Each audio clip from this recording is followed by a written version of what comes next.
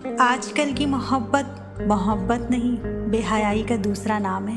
पहले लड़कियों से दोस्ती करना, फिर उनको अपनी मोहब्बत का यकीन दिलाना, और फिर जब लड़की मान जाए तो फिर सारी सारी रात कॉल पर बातें करना।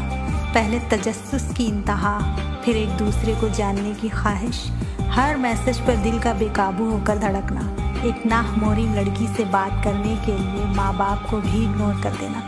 अपनी तालीम को भी इग्नोर कर देना, फिर मुलाकातों का सिलसिला शुरू हो जाना, मुलाकातों के बाद जिस्मानी ताल्लुकात का राब्ता, और फिर बेहयाई के हर हद को पार कर देना, वालिदैन की तरबियत को सरेआम रुस्वाह कर देना, फिर लड़ाई झगड़े की शुरुआत, और फिर ब्रेकअप, और फिर उदासी का इश्तिहार बनकर गली मोहल्ले की सड़कों पर आवारा फिरना, सिगरेट पीना और छुप छुप कर रोना, बात बात पर गुस्से का इजहार करना, लोगों को अपनी वफा और उसकी बेवफाई के किस्से सुनाते रहना, पूरी जवानी उसकी बेवफाई की याद में गुजार देना, सोने जैसे कीमती वक्त को फालतू लोगों की याद में मिट्टी कर देना, पहले जीने मरने की कस्में खाना और फिर आखिर में एक दूसरे को बदकिरदार कहकर और गालियां देकर अपने रास्ते अलग कर लेना।